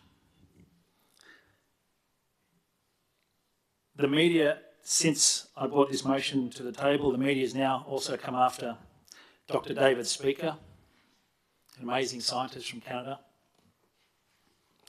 who's watching tonight, so hello to him. I also heard the Honourable Russell Broadbent, the federal member for Monash's character assassinated, another conspiracy theorist, another looper. And I heard a great saying once, it's about weak people who attack the messenger rather than the message. When you can't beat their message, attack the person. It's called ad hominem. Ad hominem is always the last refuge of a failed argument. I can only imagine what a distinguished scientist like David Speaker would say to such pathetic smears by these weak prostitutes in Australia's media, especially when those throwing the stones have many more public character flaws than Dr. Speaker. For the record, Dr. Speaker's findings have been tried, tested and replicated by many amazing scientists around the world, in the USA, in Canada, in Germany. It's even been replicated by scientific heavyweights such as Dr. Kevin McKernan, who worked for years as a director on the Human Genome Project, one of the greatest international scientific collaborations in mankind's history. Several Prime Ministers have called Port Hedland the engine room of Australia. By this, they mean Port Hedland is a giant cash cow for Canberra. But Port Hedland is much, much, much more than that. Port Hedland is a town of character, a town of resilient and strong Aussies who do not bow down to bureaucrats in Perth or in Canberra. I hope, my fellow councillors, I hope with your vote tonight, each of you show the people of Port Hedland, indeed the people of Australia, that not only do we have their backs as a financial powerhouse propping up the nation's economy, but we also have their backs when our state and federal governments gaslight us and suppress the truth about dangerously contaminated, yet mandated medical interventions. And they do this on behalf of their sponsors and lobbyist billionaire buddies in Big Pharma. I wonder how many folks sitting around this council podium tonight understand that over 90% of Australia's Therapeutic Goods Administrator, the TGA, over 90% of their funding comes from industry. That's not even up for debate, that's very well established. Over 90% of Australia's drug regulating agency, the TGA, is funded almost exclusively by Big Pharma. It's like Dracula running the blood bank. Please let your vote tonight, guys, be a vote of conscience. Let's show our people here in Port Hedland that not only are we the engine room of Australia, but we're also the backbone of this country's moral compass. God help anyone in this council who does not have the courage nor the integrity to simply write some letters to these people in high office and to our peers around the country, asking them to prove to us that these contaminated injections are actually safe. The pandemic is over. The emergency use authorisation is finished. Why on God's earth are we still injecting gene editing technology, as Pfizer's CEO Albert Bourla calls it, which are now shown to be contaminated with cancer-causing SV40 DNA particles? If you don't have the courage to ask your elected leaders in Canberra and in Perth to explain themselves and to show us the actual, real and unadulterated science, then I genuinely have no clue what you're even doing in a position of leadership. With that, I'll leave it until the wrap up. Thank you. Thank you, Councillor McRae. Councillor Blanco. Thank you.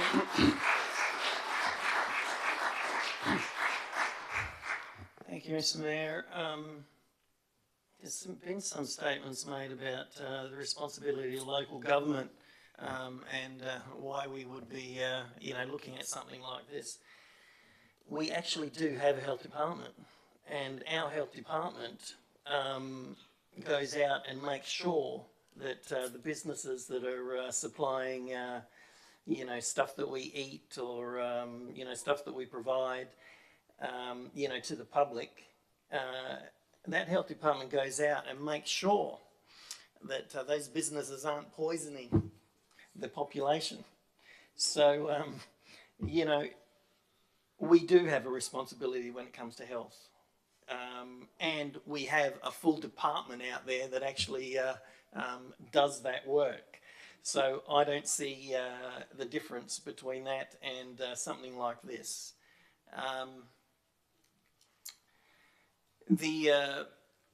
Now, I definitely support this motion. Now, before I go on, you know, there's a lot of stuff in the media about you know, the old tinfoil hat people and the bloody you know, the anti-vaxxers and all of that sort of stuff. This is not about that. All right. I took the vaccine. It was my decision. I've said it many times before. Okay. I took it because the advice from the government, we were told that that was expert advice, and that it was safe, and yet we were going to die. Now, you've heard that many times. If we didn't take that vaccine, I took the vaccine. All right, so don't call me an anti-vaxxer. I want to know the truth. So I definitely support this motion based on what I've read and seen over the past 4 years. The health issues that I've been told about by many Hedland people since, you know, receiving these vaccines mirrors, you know, a huge amount of stories that you see on the internet of many Australians who were assured that these products were rigorously tested and safe for public use. Now, I think that the evidence is emerging. It's quite clear. I've been watching a lot of videos in the US Senate where senators are talking about this stuff. And, you know, it's quite clear to them, and they are, you know, quite well-respected people, that there's issues with this stuff. So I think this presents a real and undeniable threat to public health. The contamination has been extensively documented by the report, Dr. David Schneider's report, as well as other international experts, but we still get no response from our federal authorities, and I find that, you know, quite alarming. These vaccines were pushed onto us in Hedland. Actually, and it's a lot of people would know that, you know, 60 to 80% of people in Hedland didn't want to take the vaccine. And the reasons they took it is because they didn't have a job if they didn't take it. So a lot of people were pushed into taking it. Now, when you have a look at the letter that's been presented to the PM, the letter states that from one of the world leading medical practitioners and scientific medical researchers, that there is compelling evidence synthetic foreign DNA can get into human cells. And we just watched a video that, you know, that states that as well. Potentially leading to geonomic instability, cancers, immune system disruptions, and adverse you know, future effects on your body. Now, my advice to the government and to health, this is state and federal, is to get into the lab and do the tests. Do the science to support or dismiss these claims. And like the letter states, let the research have free and open scientific discourse to help uncover the true facts. Now, how can anyone disagree with that? That is what we're trying to achieve here by sending these letters. Now, look, I don't know what's going to happen when most people in government openly supported the vax rollout without understanding the science and demonised anyone that objected to the Australia-wide vaccine rollout. So, you know, we're going to have problems getting answers. But I think, you know, with a council putting this forward and then giving the information to other councils and then getting support across WA and then Australia, I think the time will come when they can't block this information anymore. And that's what we're really trying to achieve here. We're not applying money to it. We're not doing anything other than asking for answers to the evidence or the research of these highly acclaimed scientists.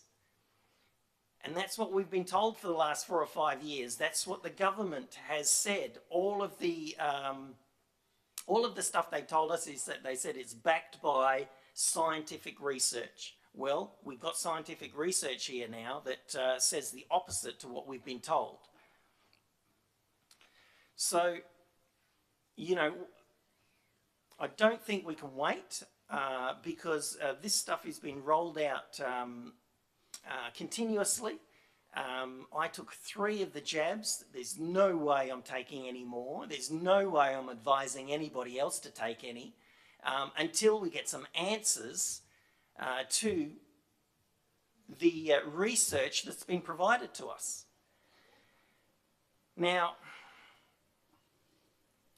in closing, council members, if you oppose the motion, you know, we've been given all the documents. I've read them a couple of times. You know, it's pretty heavy stuff. But, you know, I do have a little bit of an understanding on it. I'm no gene doctor or whatever, but, you know, it's clear to me, and I'm a mechanic, right, that there's holes in the, you know, the responses from government agencies here. And I want answers to clear this up, whether it be for or against. And it's got to be, we've got to ensure that people aren't threatened, you know, taking part in these answers. Because I know a lot of doctors that will not even talk about this stuff because they are frightened.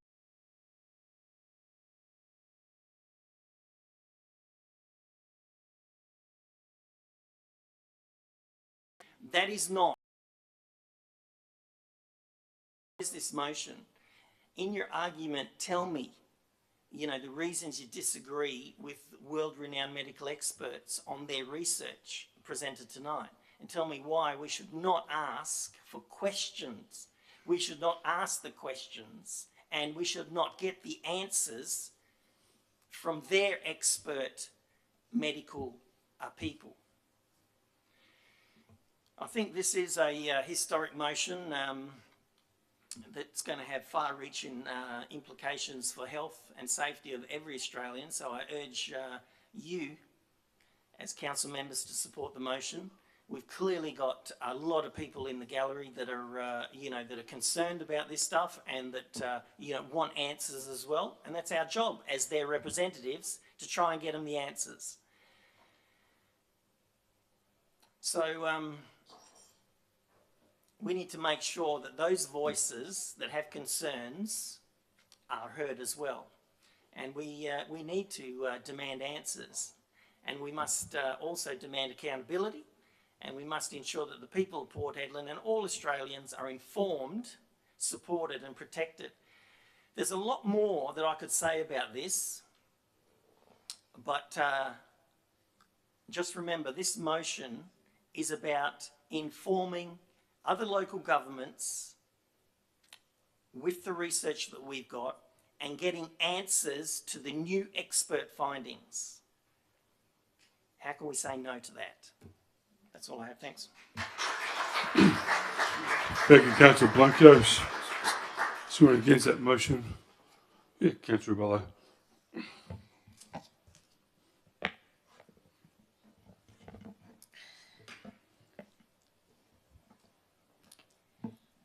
Our local government here, the local government, is governed by the Act of 1995, and those powers come from the state. So it is a state and federal matter. It goes back to state and federal. Our powers come from there, that which is given to us through the Act.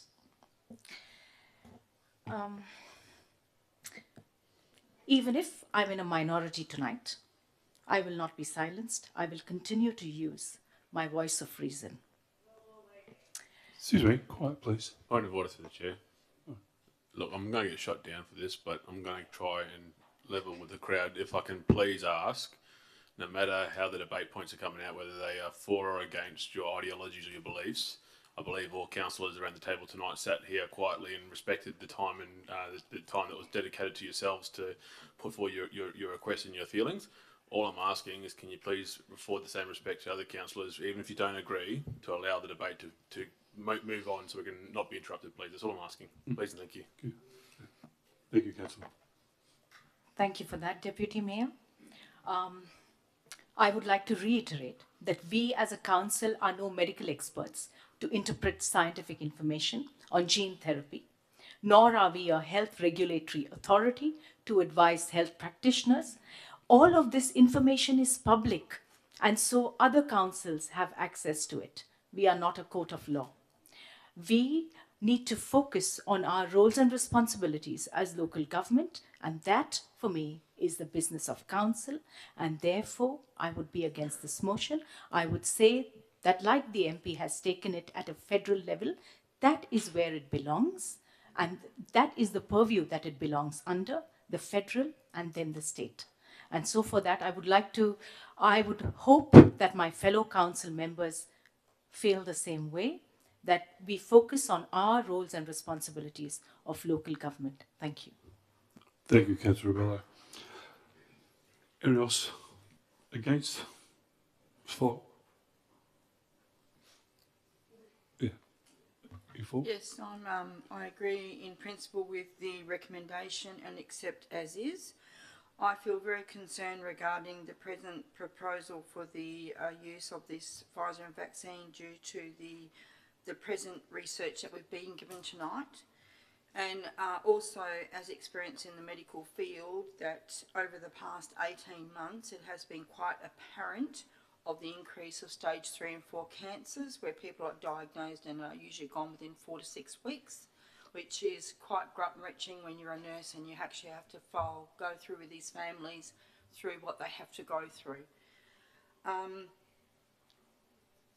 The present that this research is, I consider that I consider and comment at this special meeting. I just feel that in the position as being a nurse for over 47 years now, that within the last 2 years there's actually been a very significant rise in cancers, AF, which is called atrial fibrillation post having COVID, vaccines, also with pericarditis and myocarditis, also with other medical issues with bleedings and cancers. So I am going to be for the motion, as it's actually been quite significant the last 18 months. Thank you. Thank you, Councillor. Anyone against? Yes, Councillor. Thank you, Mr. Mayor. I've really been backwards and forwards on this the entire time, and didn't really know where to speak on because I'm still massively on the fence. But I had, a bit like everyone else, up until about probably a week ago, I had no stance on the situation. I was not phased. I was the same as Councillor Blanco. Took the jab, wasn't fussed, and then once this got brought forward, I decided I better go out and sort of do some research, my own research on it, and try and pick it out. So I spent probably the last 3 days pretending to be a virologist and a scientist and everything, and you know, taking an open mind to it, and where I landed on a lot of the, well, specifically the research that Dr. What did he say? No, Snyder. Dr. Speaker has put forward in for the 3 vials that were tested. I had a lot of qualms with those tests and the results that came out of them, and I've been trying to ask people and try and find out as much information as I can to try and back up my thinking and my thoughts. I also had a big long spiel about, again, agreeing with Councillor Rebello that while it's confusing as to why it would be, you know, being at a council meeting and a council thing. Here we are, and that's about it. Here we are. We have to make a decision. Everything that I had plenty of stuff, and I would like to catch, if I could, get in touch with Dr. Speaker and ask him these questions, these concerns that I had myself. But it all became pretty much moot in the statements that were made earlier. And when you bring it down to it, someone nailed it on the head that we're elected members. We're in here for the people, elected in by the people.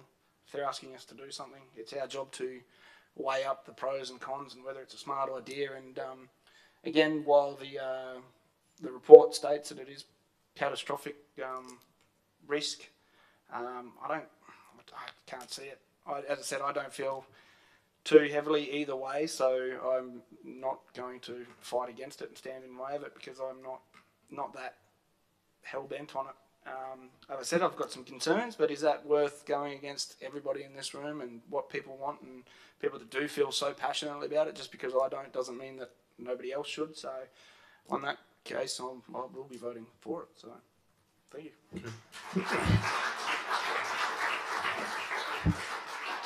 Thank you, Councillor Rhodes. It was against. It was for. Yes, Deputy. As always, thanks everybody for the debate, but especially thanks to everyone that took the time again to come out here. For those that shared their personal stories, again, it takes a lot of spirit and a lot of personal will to be able to come out and open yourself up and be vulnerable in this situation. So, massive thanks. It goes without saying, this sort of motion doesn't just happen overnight. So, first, before I do start my debate, I wanted to recognise and commend, I guess, Councillor McRae for the efforts put into this. We've seen a few special council meetings over the time come through, but nothing as detailed nor nothing as, I guess, thought through as this motion. So a lot of time, effort has been taken into this. So I think it's just out of respect, I want to say congratulations to yourself for getting this to this level as it is. It's a massive bit of work, and your passion for this subject and for the subject matter itself is very evident and clear in your debate. So for my debate, again, I'm a very simple human being with not very great education, but there's a certain few levels that I'd like to touch on here where so some areas of council's concerns where they say and they question, you know, is this a council business? Is this council area to get involved in? And I guess the biggest thing I can try and send the message to those who feel that way it's to understand that we are here to respond and represent to our community, but furthermore, we need to be present when the subject matter or when a service in this town fails. There's so many motions that have come past this table, and I've been privileged to be here for 3 years, and in that 3-year period, I've seen this council tackle housing. I've seen this council tackle so many different avenues that are a state or a federal government remit. Yet we come to the arm to the party because again, it's the right thing to do. So I'm definitely not going to try and debate and articulate as well as yourself, Councillor McRae, the scientific measures behind some of these debates. I'll do it a disservice. So I guess I'll talk directly to the motion and the reasons as to why I'm supportive of this motion tonight. I honestly believe that the motion holds, I guess, alignments to the principles of scientific debate. It allows for the opportunity for both sides of this argument to be brought to the table. Councillor McRae has it himself. It's several letters to be issued to different broad spectrums of our community, whether it be the health professionals themselves or whether it be the people that represent us in the state and the federal levels. I also believe that the motion itself will bring forward the conversation around transparency of all what's been brought forward tonight. It's from what I've heard, and especially the people talking tonight, we see that this conversation will be had over I'm assuming decades, when the truth does finally come out around the real health ramifications and the issues that are created by the injections that were brought forward. Personally, I don't see a massive issue with asking our fellow, and I say fellow, government people in the state and the federal levels to provide the research, provide the responses back that people are asking for. And if it stacks up, it stacks up. If it doesn't, I don't know what else we can do. But I think what we should do is here, at least at a bare minimum, is send through these letters, ask for that advice and ask for that information that supports those positions that they're going to make and that they're going to stand. So outside of that, I'm just going to leave it very short, hopefully, and leave it at that. So thanks very much for the time, guys. Okay, thank you, Deputy Mayor. Councillor McRae, listen up, please.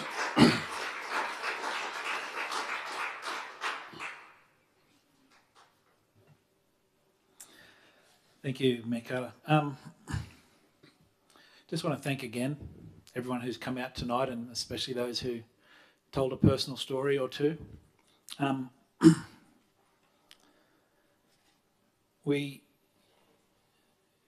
think what was mentioned by pretty much everyone here tonight, Councillor Blanco, Rance, Christensen and Butson, sure, health is not in the remit of local government, but looking after our people most certainly is. And you know, we sat here in I sat on your side of the bench in 2022 when we brought this to the town, and the town, whether right or wrong, it went against us, and it was really heartbreaking to see. But fingers crossed, we vote the right way tonight. We're certainly not doing anything other than asking questions. And if asking questions is something that Councillor Rebello beside me is too scared to do, then that's her whim. But I would like to think that most of the people here are not scared to ask questions, be it of our bosses or of our state governments or federal governments. We are we're all people, no matter, we're all just making our way through. And I just think, that there's going to be, I'd like to think that this motion tonight will be the ripple that creates a bigger wave across the country and perhaps across the world. So there are a lot of people watching this, I know, all over the world, in pretty much every continent is covered, and it's been an honour to talk with you guys about it, and it's an honour to to represent you guys on such an issue. But I just hope that everyone votes the right way, and I think most of the people here know what the right way is. So thank you. Okay, thank you, Councillor McRae. Okay, we'll now put it to the vote. All those in favour? 5.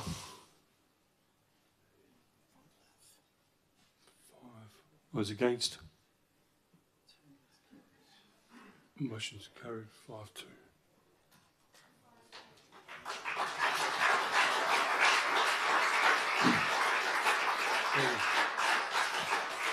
Item 9 closure, 9.1. The next ordinary council meeting will be held on Wednesday, the 30th of October 2024 at 5:30 p.m. 5.2 closure. Being there no further business, I declare the meeting closed at 9:30 p.m. I'd like to thank councillors, members of the public tonight for coming along, for the staff and their attendance. Thank you very much.